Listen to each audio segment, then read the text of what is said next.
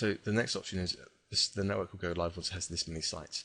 The reason you want to set this is because if you start a network and you put 5 of your own sites in it, and then no one else joins, perhaps because San Diego Services is too specific and no one else is trying to build links in that category, then you might not have other people join the site.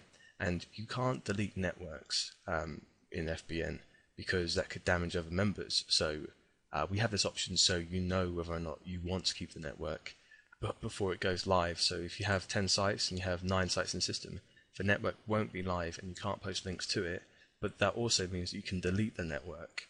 So it works both ways. The network won't be live, but you can delete it and then retrieve your sites, because of course every site can only be submitted to one network. And the site quantity limit is how big you want the network to grow to. It doesn't mean that it will get that big, but we've capped it at 1,000 because we feel that if you get 1,000 WordPress links from different websites and different IPs, for example, then that's enough to do your contextual linking for most things, and you can also join other networks if you choose to. The reason we've limited size is because if you have a massive sprawling network, like some of the existing blog networks that failed and are getting de-indexed, then if a network is discovered and it's reverse engineered, then the fallout will be less with a 1,000-site network. Plus, it means that it'd be much harder to find and discover in the first place. Obviously, if you had a network of 100,000 sites, then could find that pretty easily, and then you'd have 100,000 sites at risk.